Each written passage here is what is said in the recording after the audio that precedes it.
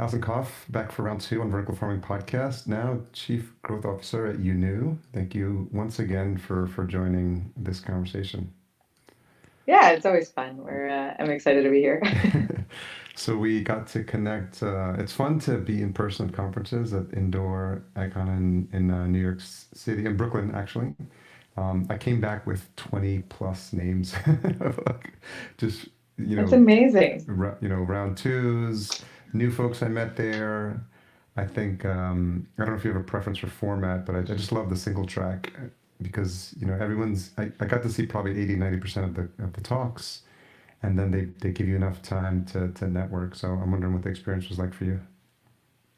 Yeah, it's funny because I think one, I felt very rusty Hmm. because it's been so long since we've been at in-person conferences. Yeah. And so we had a whole lot of conferences all in a row. We had Green Tech, we had Hmm. Indoor AgTech Summit, and then we had Cultivate, all within about a month and a half span. Yeah. And so you just kind of get your shoes back on and get to it. But I also agree. I liked the format of Indoor Ag Tech because it was so much content.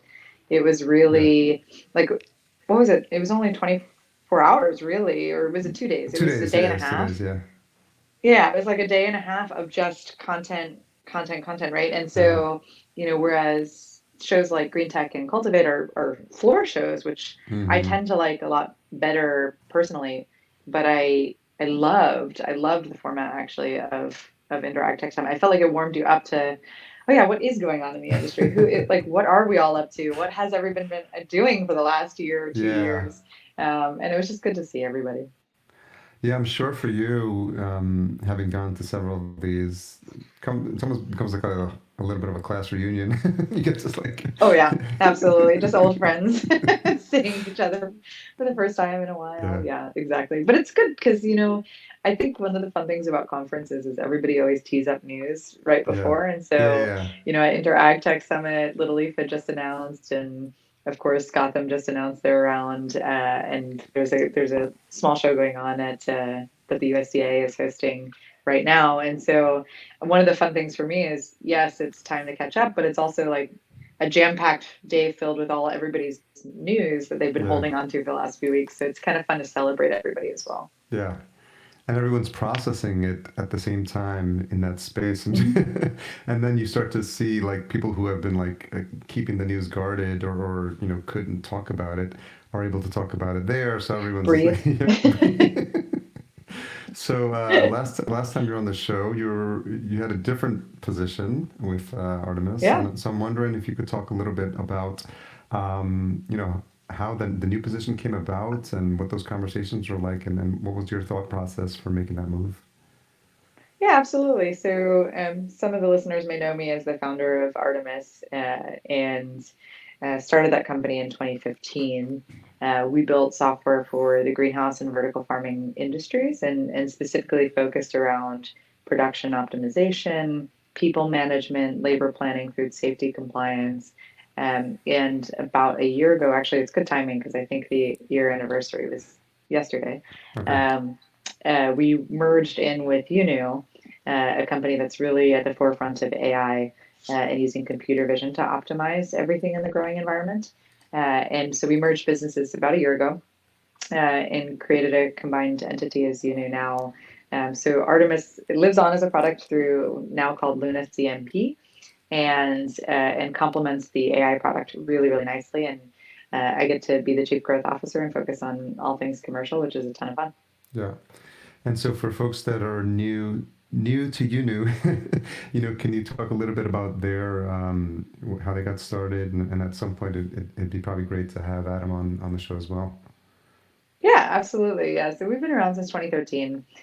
So we've been around for a while in the Yeah. industry, and our product really is using cameras to Mm. feed data into a system and look at plants in a different way than we're actually able to look at those in real life. And so, we often are hearing, the challenges that come with data collection in this industry because it's incredibly labor intensive. It's very inaccurate. People are good at a lot of things. There are also things we're not very good at. Counting plants, for example, we're not very accurate. Every time you do an inventory count, It's a different number, right? And we all know these challenges. Yeah. And technology is actually very good at a lot of those things that we are not very good at. And so you get this nice complementary nature where you can bring technology and humans together to create really powerful products. That's what we do at UNU. And so we have a computer vision system where we use cameras to pick up information, to comprehensively look at every plant in the greenhouse or in the vertical farming environment, to feed that information into our system. And then we couple that with best in class horticultural knowledge to really help drive value for growers. So we're looking at things like inventory counts, of course, but also things like automated issue detection, where we can autonomously scout the greenhouse for pest or disease or issues like that, that normally you either might catch, but it's labor intensive and expensive to do, or you're probably going to miss because it's just you're not able to cover 10, 50, 100 acres of production area all of the time. Yeah. But technology can. And so that's what we're looking at. So how does that logistically happen in terms of the types of cameras? Is it with drones or is it just with like the placement of the cameras, or how does this happen in a typical farm? Yeah, we have a variety of different solutions depending on the type of environment. So I'll say first and foremost, like we're a software company, Yeah. and so the hardware is a mechanism for data collection, Okay. which gives us this luxury where we get to choose whatever the best system is for the right application. So I'll give you an example for leafy greens growers in greenhouses. We have a rail system. And Okay. so that rail system sits above the crop because you want to be taking photos down on top of the crop. And Yeah. so the rail sits at the sort of truss level of the greenhouse, and the cameras go back and forth, and they're covering the crops 24/7. They're looking at every plant in the greenhouse all the time. Wow. For tomatoes, it's a slightly different system. So we just rolled out a tomato system a few months ago, I guess now at Green Tech. That's brand new for us, where you actually take that system and you turn it on its side, and so now you have a camera system that goes through the aisles of the tomato. Because Mm. unlike lettuce, where you want to look at the top, in tomatoes, you want to look at the vines, right? You want to Yeah. look at the actual tomatoes, and they grow on the other way. Uh, So that's a different system for us. It's not on that rail system. In vertical farming applications, it's even different from that, right? Because then you're looking at throughput through a facility, and yeah. so it's not as important that the camera moves. It's actually more important that you're getting a high granularity and high visibility. And so lots of different types of setups here that work really across any type of crop. And so, what's been the feedback from folks that have been implementing the system? Is it a big change from anything that they had in place now, where it was probably like, as you alluded to earlier, just more manual efforts required? It is honestly, it's so hugely valuable that we talked earlier about that like sigh of relief. It almost feels that way sometimes with a system like this, and yes, it's sometimes difficult to kind of start up with a new system like this. All technology requires it has a learning curve to it, so you have to Hmm. kind of get used to this or maybe change your processes slightly to kind of fit into the new system. But at the end of the day, what we're focused on is driving real, tangible, calculable value for these growers, right? And so our growers on average are seeing 3x returns on investment Wow. every year that they implement the system, and it's continuous throughout the system because of how much value we can drive. That's a combination of things like hard costs. It's easy for growers to say, you know what, you're right, I can reduce some of the labor that's Mm. scouting my facility because I don't need that anymore. And I can move that into a different type of a focus, or I can just reduce the cost that's associated with that, or I can shift the cost that's associated with that. There's other things like driving higher revenue, right? We're looking at reducing loss continuously because every grower experiences loss from pest and disease Yeah. or inventory counting incorrectness or sales missed opportunities, right? There's just reasons for loss. We reduce that directly. We can help them optimize, right? Grow against your benchmark, grow faster than you're growing before. Just a day or two makes a huge difference in Hmm. our industry, or just a little bit more, right? Eking out just a little bit more. If you can get one more turn a year, that's direct revenue. So there's a ton of value from the system. And once people are in it and on it and using it, they see that pretty immediately. And so there's that again, it's like, yeah, sure, there's a learning curve, of course, but we work with you on that. Like we're not going anywhere. We're your training partner. We're there. We're an extension of your team. And once you start seeing that value, there's almost that sigh of release because it's just that it's that valuable to you. It's that huge. Do you find that some farmers may get benefits in terms of diagnosing things that they didn't even realize they should have been keeping an eye out for, or just discovering Yes. things that they may not have known about? Absolutely. Yeah. Uh, we on occasion will have folks say like, oh, I've never experienced X issue, right? And you're like, but I can see it. It's there right now. And so one of the really neat things about the system is it really helps drive that comprehensive coverage component. That is really tough to do as, again, people, because unless you're covering your plants 24/7, it's tough to keep an eye on them all the time, right? And so there are a ton of things, both on the positive and negative side, by the way, where you like the negative side is issue detection, right? Where, oh, we don't have that issue, but actually maybe we do, and I need to understand it a little bit differently. And then on the positive side too, it's like, actually, did you know that your canopy growth is 10% higher than the average, right? And Mm, actually you're spotting something here, you've got something here.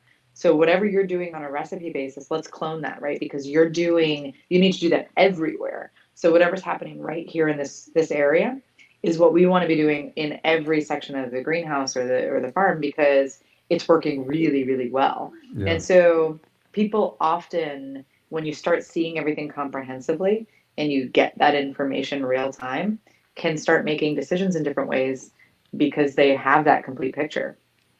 And I noticed that you mentioned on the site there's the Luna app. So for a farmer, is that their point of analytics to just analyze either real time or just get the reporting on a continuous basis to what's happening? Yeah, we have so the AI application itself is a great place to go in to do that. So that's where you can do virtual crop walks. You can go get all the data and analytics. You can go get reporting and any information that you need. We also have other mechanisms too, right? We have reporting via email. A lot of folks Okay. want to send reports out to different team members, but maybe not everybody needs to be in the platform. So there's lots of ways that you can interact with the data. Do you think as you start, because you're collecting data from so many different farms and you see so many different scenarios of what's working, what's not, is there thoughts, or maybe this is already in place, just maybe even anonymizing the data and just providing industry reports about like best practices or what's working, what's not, or the things that farmers can be looking out for that they may not have been even thinking about because you have so much data that you're collecting? So something that is really, really important to us is that the data belongs to the grower. Okay. It does not belong to us. And so something that's really, really important to us is that all of those best practices that you're experiencing, those are that's your IP, that's your recipe, Yeah. that's what you've done. It's your secret sauce, right? And so, and frankly, what's unique to you might not actually work over here on this other farm, right? Because of where you're located or your climate or the systems that you have in place, right? And everything is pretty special to these growers. And as the industry grows really, really quickly, I think it's really, really important to acknowledge that the growers who are using the system, they're using it to develop their own IP and their own secret sauce and the Mm, way that they grow. And so it's a little bit tricky because there is a benefit to seeing maybe a guidebook on best ways to get the best out of things. But I don't know that that one would actually work because of yeah. everybody having unique systems and unique places. And so truly anonymizing it in a way that's valuable to people probably isn't actually all that easy. And two, while protecting everybody's sort of right to their own IP is something that we feel really strongly. So we've kind of taken a different approach, I think, than most SaaS companies and most data companies out there Yeah. who really do want to own the data. And we've actually flipped it back the other way and said, look, we're not going to do that. We're actually going to focus very, very strongly on enabling you as a grower Yeah. to grow the best you can. Given your new position, you're probably the best poised to answer this question. But what are you looking for in terms of opportunities for growth with UNU? And I don't know if that's different than what the plan was before you were on board, and now that you're in the role, where are you seeing the opportunities for expansion and growth within the company? Yeah, we're really excited about a few things. So, from a crop selection standpoint, we're across a number of different categories. So, we work with about 80% of the large leafy green growers. Okay. So, that market is something that we continue to expand in. We want to continue growing into, of course. We're also in the ornamental industry. So, we work a lot with large Mm, commercial flower growers. And so, we work with a number of the top 100 growers there. And we're going to continue to expand into that market as well. The newest market for us is tomatoes and mm, vine crops. And okay. so we're just launching that product now. We announced it, like I said, in June, and we'll be rolling that out commercially in Q1 of next year. So that's a really exciting new product for us. We're going to keep expanding into tomato crops and then expand from there into other vine crops, whether it's berries, potentially cucumbers, potentially peppers, all of the different full selection there. So we're excited with a few things from a crop selection standpoint. Definitely continuing to expand in the markets that we're in, but adding also new markets on top of that. And are you seeing that growth both domestically and internationally as well? We are, yes. So we have to date been very, very focused on North America. So we're based in Seattle, Washington, but we've got offices across both Canada and the United States. And we've been very, very focused on North America. That is starting to evolve. So we are deploying in the Netherlands right now, and Okay. we're starting to expand internationally as well. And are you growing your team as well for growth itself? Yes, come work with us. Yeah, we are we are absolutely hiring across the organization right now. We're building out some of the growth functions. We're always hiring on engineering. If you've got a background in computer vision or Hmm. robotics, we'd love to talk to you. But we're definitely hiring across the organization. It seems, as you start to talk about the movement into the different, from leafy greens into vines, crops, the analysis that has to happen at each of those different levels probably, I imagine, requires a whole different set of, to your point, even just the placement of the cameras. You're looking at different things. You're understanding what it is you need to be looking for with these different crops, and I'm wondering how much lead time it takes before you can decide to move into like another crop, how much work on the science level it takes to just Sure. do it enough times to feel like you have enough information to provide actionable data back to the farmers. Yeah, it's funny because it's that is true. It's also uh, somewhat not true, right? So it sits in the middle. Yeah. It's actually the same software system. So the way the data pipeline works and the way that we collect information is almost agnostic to the type of hardware, right? So the way that the Rails work is the same way. Yeah. It's a different system. Like it feels like a different system, it looks like a different system, but it functions as the same system. So the way that we collect imagery, we've built our IP around the way that we capture this imagery, the way that we process this imagery, and the way that we turn it into actionable data. Hmm. That is what we are very, very good at. And so, whether it's on Rails, whether it's a stationary camera, whether it's a bar of cameras, whether it's a vine crops camera, all of those systems collect information in the same way, pump it into the data platform, and become information to the grower in the same type of way.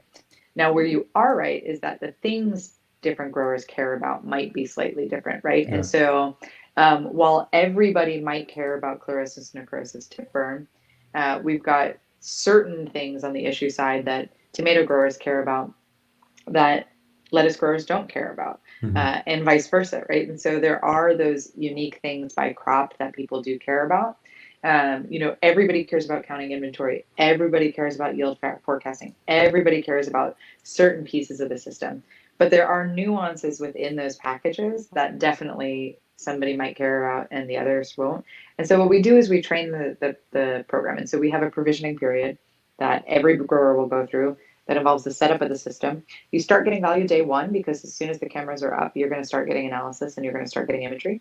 But then you kind of go through a period where we roll out new value offerings based on the need to annotate or the need to train something to look for something that you care about, Okay. that maybe is unique. And so that period, it's short for most people. It can be longer just depending on what it is that you care about and if it's really new to the system. And I imagine there's part of a training process for the farmers themselves so that they get comfortable Mhm. with the data. They know what they're looking at, they know what to expect and what to be on the lookout for. Yeah, there's a huge understanding process that has to happen because, especially for growers, like they're very, very talented at doing these things, right? And Yeah. so they're used to seeing things that they've created. So you take a tomato grower who's used to doing crop registration and they're great at it. The problem isn't that they're not good at it. The problem is that they can't do it comprehensively for every plant, right? And so it's a little bit of level setting on both sides where we say, actually, you are great at this. This is why this tool is going to become your best friend. And check it, right? Like, let's work together. Make sure that it's giving you the results that you would do it yourself, right? And Mm. if it's there and it's a little bit more accurate, great. But like, let's just level set, let's match.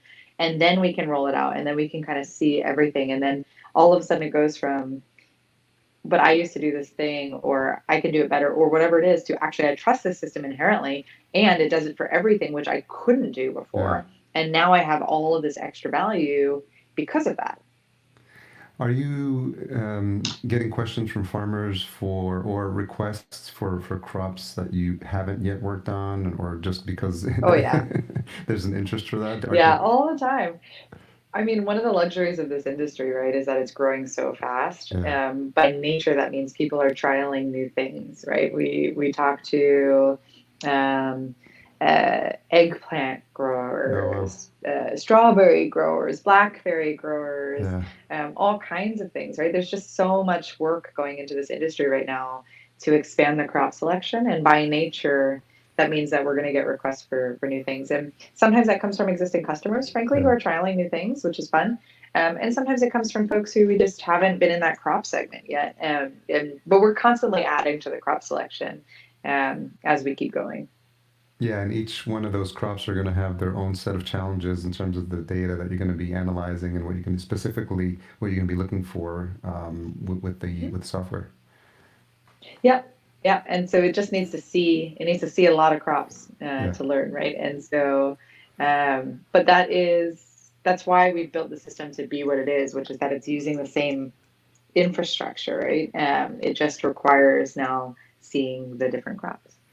How much of this is new to you and has been a bit of a learning curve in terms and different than what you were doing at Artemis?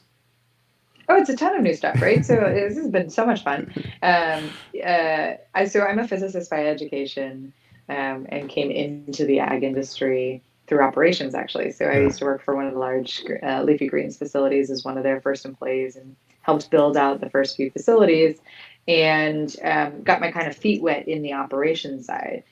Which I loved. I loved growing plants. I loved figuring this stuff out. I loved thinking about what happens when you want to open a new facility in a new city, right? Like, Yeah. that was all kind of new to me. And then I started Artemis in 2015 as a way to kind of digitize all of that stuff that happens, right? And that was fun and new and exciting. And then this is now the really technically complex industry, right? AI and true AI, really, and computer vision, and how we utilize this data in different ways is relatively new to me from an application standpoint. But it gets me putting my data science hat back on, which I truly appreciate and enjoy, because it's fun to dig into this stuff. It's fun to think about how technology can be used to augment what we're doing in reality, right? And I think we oftentimes try to get sucked into well, AI should just replace all this, and it should Yeah. just replace, and like, I just don't think that way. I think that the augmenting of what we're doing in reality, and to create, like, we have a grower shortage. We all know this. We have to acknowledge it, right? Yeah. But if we can augment our growers and turn one grower into 10 growers and think about it kind of that way, that to me is really truly almost magical, except for that it's not. It's science. Yeah. And so that's a lot of fun to learn and to kind of dig into on a daily basis. It's just been fascinating to see the pace at which AI is prevalent in almost everything. I mean, from just like Hmm. the GPT-3 stuff to the image Yeah. creation stuff that we're seeing, and it's almost dizzying in terms of like how good it is with what it Yeah. can do. And probably anyone who's in AI thinks that we're still just at the tip of the iceberg in terms of what's possible. Yeah. We're absolutely at the early stages still. But it is a lot of fun. And that like impressive nature of the technology is because it's things that are so hard to do Yeah. as humans, right? Yeah. And so it was funny. I was at a show a few weeks ago, and we were talking to an ornamental grower who was like, there's no way you could spot a single bug. Like, there's just no way. I can't even really do it. Like, if I can't do it, you can't do it, right?" And we said, "We can though. Like, I can, Yeah, yeah. and let me show you it." And so we were able to show them, and we bet dinner over it too, Oh, wow. because I was like, "Look, if I can do it, you got to use our system. Like, what will it take to kind of get you on?" Yeah. And it was this fascinating moment of, these are really complex things that are hard to do, but technology is just better sometimes at those Yeah. things. And this is a case where it is better. And so, yeah, it's very, very good technology right now, and we're still only in the early horizons. I mean, we talk about this all the time in like the world of digital twinning for AI, right? I wrote an article about this for Greenhouse Grower just recently. We sometimes as an industry default to throwing these words out willy-nilly when it's not necessarily what we mean. And we have to be more careful about that, right? Because digital twins are a really good example where commercializing a digital twin in agriculture right now, especially in CEA, is very, very, very difficult, and we're not there yet. And this idea that you can replicate, I mean, take autonomous vehicles. Yeah.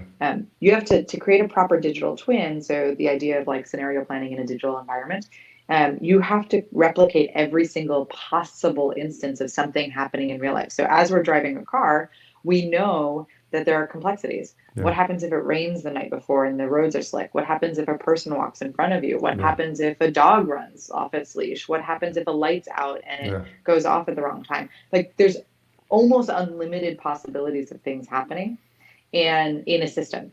And to replicate that digitally is really, really difficult to do. In a CEA environment, you're in a similar situation. It may not seem as complex, but it is, because you've now got multiple biological systems at play as well.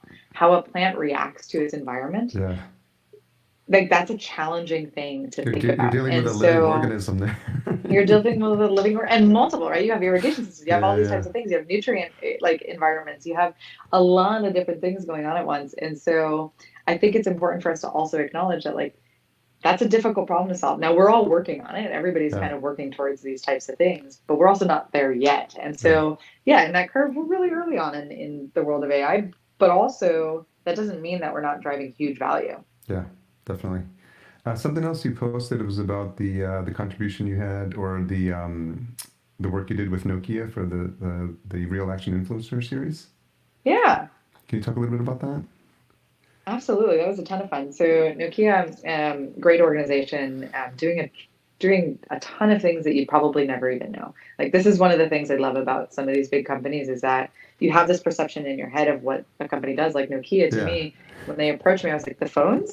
And they're like, "No." So that was my first thought when I saw it. I was like, exactly. Okay. Say what? And it turns out, like, connectedness in general, like, they just do a ton, and they do a lot of work. And so agriculture was one of the things that the company is really excited about sort of thinking about innovation in the space and how they can kind of play in.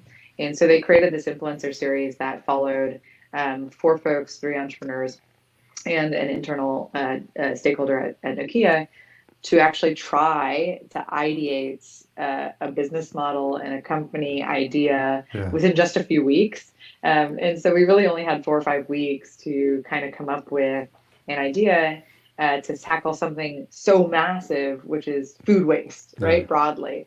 And food waste is such a huge challenge that is impacted by the beginning most stages of the agricultural supply chain all the way through to the consumer. And so where you start on that chain is a fascinating question in and of itself.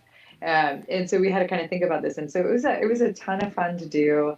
I think it points out, as any entrepreneur kind of digs through these challenges, one of the things that I've noticed myself doing time and time again is the more I get into something, the more questions you end up having. It's not the more answers you have, it's the more questions. And that's a good scenario, because it prompts you to think about things in different ways. And so you keep going down these wormholes of, well, what if we actually did this? Well, what if no, that wouldn't work. What if we did this? How does that work? How does somebody think about it that way? How would somebody use something like that? And you start kind of going down this rabbit hole, and the whole thing is on video. So you can kind of see our thinking process through this whole time. And ultimately, we ended up coming up with some ideas around what a product could actually look like to track inventory through the supply chain as it flows.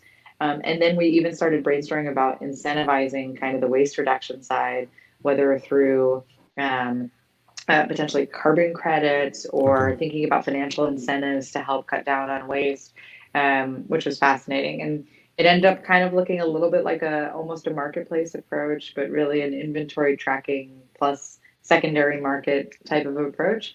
To which, of course, there are amazing companies in this space doing work already in that space. And so, of course, you keep coming back to, well, we should just do what they're doing, or they should just do it. Let's just support them. And so you go down this sort of mapping project. So ton of fun. I highly recommend if folks are interested in either the entrepreneurship journey or food waste in particular.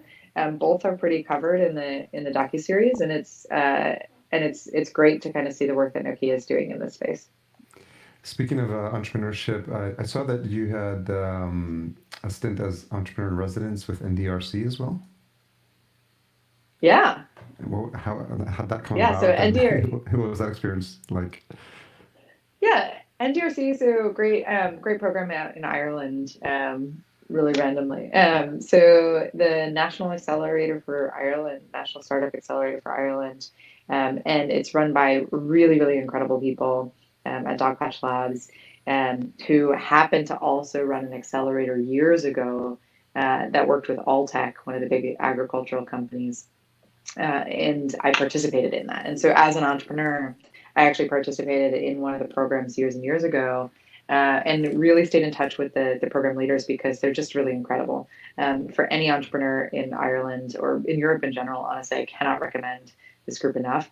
But they're great. They're entrepreneurial thinking. They structure programs in a really, really fantastic way. And there's just a ton of value. So I stayed in touch and I became a mentor with the program. And then recently, Dogpatch took on this role as leaders of the National Startup Accelerator for all of Ireland, which is incredible. They run programs out of Dublin, but out of Cork, out of all the places across the country, and so I've participated as an EIR where I get to actually work hands-on with the companies to help them develop from the earliest stages to kind of that fundraising and launching stage, or launching and fundraising stages, and just really help them build that business from the ground up.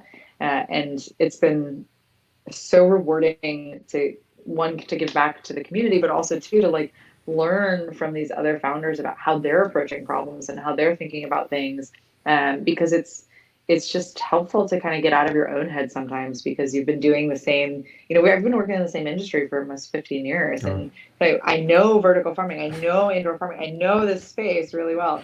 I don't know the world of asthma, right? And like there's a company that's working in the asthma space, or pet nutrients and things, or all these different spaces where you're like, I don't know those spaces. It's interesting. How are you thinking about this? What can I learn from you that I can bring back to my own company, right? So yeah, it's a lot of fun. It seems like you're always conscious of having that learner's mindset of always, not assuming that you know everything, and also the entrepreneurial mindset because that was your start, and so just understanding how entrepreneurs are tackling problems in different industries, I would imagine gives you ideas and keeps you energized in your current role to look at current problems you have from a different perspective. Yeah, I don't know if you can tell I'm pretty high energy. But I feed off of all of that, right? It's a ton of fun for me, right? I've always been deeply curious. I think you could ask my parents probably, and they'll tell you the same thing. Like since I was a child, I've been a deeply curious person, and I just want to dig into things more and more and more and learn, because there's so much to learn, right? And so if we ever want to have the belief that we can build something bigger and make a lasting impact on an industry or on the world, to me, part of that has to be this open mindset of learning, and the idea that you know everything is just always false, right? Yeah. There's just too much to learn. Yeah. And so the great example, right? Artemis at the time, B2B SaaS, right? Still B2B SaaS, right? We're still selling B2B SaaS, B2B kind of enterprise SaaS. Now, what I could learn from a consumer product founder, so I invested in a company a few years ago that's doing consumer products in the safe skincare product realm, right? And so they're trying to create hormone safe skincare products. Totally different from what I do. Yeah. Not food related, not agriculture related, not B2B related, not enterprise, not software, like nothing that I know, right? Yeah. But they had this mechanism for how they went to market that scaled so fast by bringing champions on board and to really get people excited about this brand that taught me how we could almost do the same. And like, they don't have to be exclusive. You don't have to have playbooks that are exclusive. Now we do, and we have great playbooks that work really well. But when you can think about how to bring stakeholders in as champions and to create this almost like not referral, not the, like this idea that people could just kind of word of mouth the industry and the product and kind of take off almost a viral nature to it is a fascinating concept in B2B enterprise SaaS, because it's not like that happens, right? Nobody's out there going like, Oracle, and like, yes, we're Oracle. We got to get Oracle products. It's just, I mean, I love Oracle. Nothing against There Oracle. probably are some people doing that, but they probably there may be some like Oracle cult, right? But most people aren't out there evangelizing B2B enterprise software. And so this idea that like if you can capture a little bit of that concept, a little bit of the evangelizing of a product, that could be a spark that ignites crazy growth.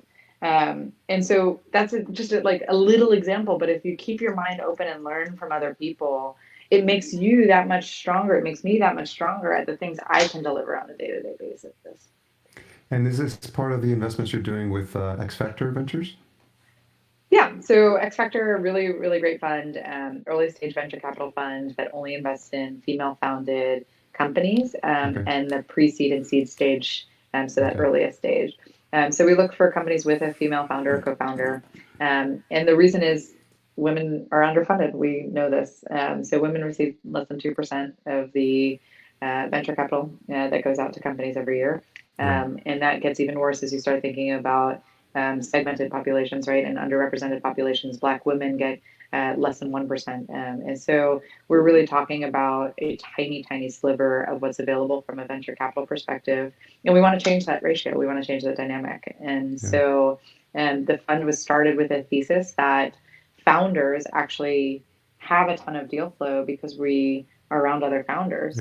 And to capitalize on that, we created a fund that all of the partners are full-time founders or recently exited founders. And that also means we're too busy to do this like on a day-to-day basis. But there's a lot of us, so it enables us to kind of reach out and stretch out to our networks and invest in interesting things that we see along the way. And I've gotten the absolute pleasure to work with a ton of founders who stretch across every industry, doing fascinating work, from quantum computing to the skincare company to prebiotics for babies to help them poop more. Like everything you name it, I've looked at it. It's fun. It's a lot of fun. It must be kudos to you and for all the work you're doing for like to help female founders and anytime that there's funds specifically dedicated to help underserved populations. I always think that's amazing because there's not enough support for those folks and they're doing great things and they have ideas that are just as innovative and just as groundbreaking as traditional founders, and to your point, they're just not getting the attention and the investments that they need to bring that idea to market. Yeah. And so so just as we round up, close up, I appreciate you taking the time to come back on. I'm curious if what's a tough question you've had to ask yourself recently? Oh, that's a great question. What's a tough question I've had to ask myself recently?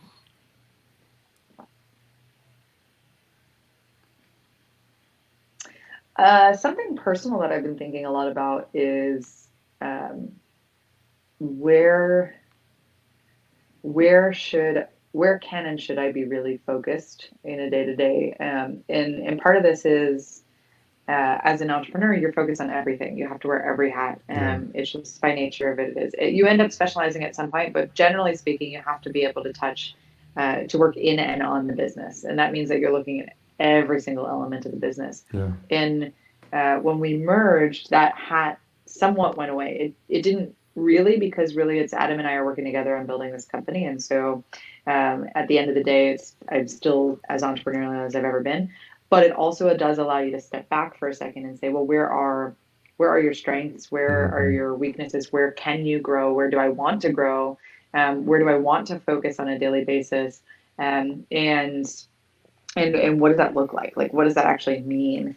And so one of the things that I am very appreciative to Adam about is that this role that I've got here is kind of a made up role to some degree. Like it's gaining traction as this like chief growth officer in the industry. Yeah. But also it's really this idea that I wanted to really focus on things that are all of the things that are commercial in the business and really focus on kind of growing that and what it looks like and developing new processes in there. And so getting the time to actually work on myself just as much as I get to work in the business is on a luxury you don't have when you're actually starting a company. And so that's been something I've been spending a lot of time thinking about. And then another thing is sort of I want to open up my knowledge on different industries. And so I love our industry. I want to spend my career in the industry, but my curiosity side also wants to kind of explore what other industries are like, and especially legacy, dirty industry, like these, like agriculture, like manufacturing, right? Like these industries that are really interesting to me are where tech and humans can kind of come together. And so I've been spending a lot of time trying to meet as many people as I can possibly meet, just to have fun and learn more about the things that they're doing that we might be able to kind of benefit from too. Do you have systems, frameworks for how you take in data? I mean, there's so much happening now. Like I took this course once that's called Building a Second Brain by this guy named Tiago Forte, and he'd helped me like figure out like how much stuff I need to how to process this, all the if you're naturally curious, there's a lot available to you to take in. So you need tools and how to bookmark articles. You can read them later, and the idea of just-in-time learning versus just-in-case learning, which has been really helpful for me. And I'm just wondering, is anything that's been working for you just to process everything that's coming in? Yeah, that's a very good question, because it can be overwhelming, honestly, and especially if you're naturally curious. That the world is your oyster, right? The thing that I found in the last since the pandemic, really, honestly. So I used to not be a very good work from home person, right? I feed off people. I love being in an office. I like being around people. If I could be on the trade show floor 24/7, I would do it. Like I like the energy of people, because again, it's that curiosity thing. Like the more conversations I can have with somebody, the more I can learn from them too, and vice versa, hopefully. And so the pandemic like threw a whole wrench in that, right? It was, now you're at home in a space that's not necessarily an office, right? And it's this whole thing. And so you have to be a little bit more diligent about how you receive information, because I find that when I receive information from a person, I can retain it potentially better than if I receive it digitally in some way, shape, or form. And so something that I've latched onto is really small. I actually don't think I'm great at frameworks for this, but the one thing that has worked very well for me is Todoist has become like part of my blood. And so, and this can work for anything, Asana, whatever tool you use, but having some sort of a simple to-do management system has become literally my lifeblood. And so I prioritize things based on a version of the Eisenhower matrix, where you have this concept of, is it urgent and important? If so, then I work on it. And kind of the further off of the matrix of urgent and important, the more I'm gonna just throw it away, or delegate it out. And I only keep those things in, and then I have kind of a different to-do box that's all the stuff I'm thinking about, and I have to move it into, am I acting on this thing, or am I just is it just information I want to have?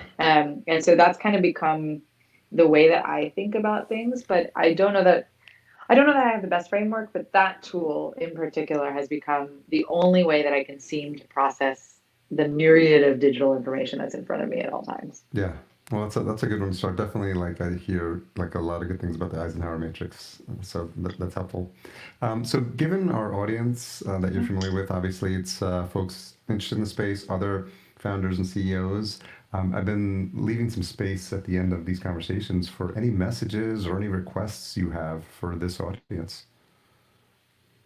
Yeah, so I would say, one, I'm an open book. Please reach out.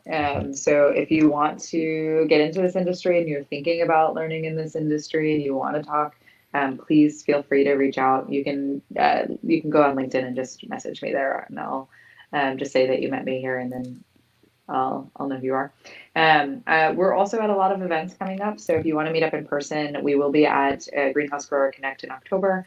We'll be at Indoor AgTech when that comes up in the winter, Yeah, February, I think this year. yeah, And so we'll be at a bunch of shows. So please come up and meet us in person. And then, frankly, if you're interested in working in this industry, like I said, check out our job postings. We're hiring. I know a lot of people are hiring right now. A lot of people have raised fresh rounds this fall, and so I'm sure that from a startup perspective, there's going to be a lot of openings. But I would love to talk to anybody who's interested in learning more about the space or open to exploring it. yeah, and we've got the with the free vertical farming jobs board, so I'm reaching out to all past guests and just make sure we get that filled up with, and just another avenue. I just want to have another opportunity for folks to see what's happening in the space and to see what's available. So I'll make sure I coordinate that with you as well. Yeah, that'd be great.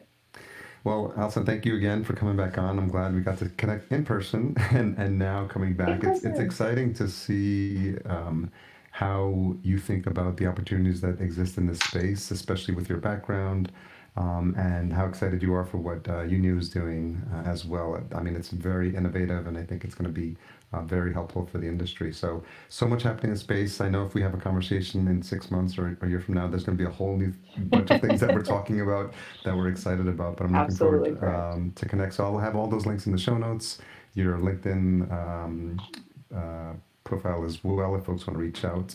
And I really appreciate you sharing time with me today. Absolutely. It's always my pleasure. It was a lot of fun. And I agree. I think in 6 months it's going to be a different world. So maybe we'll do it again. Yeah, sounds good.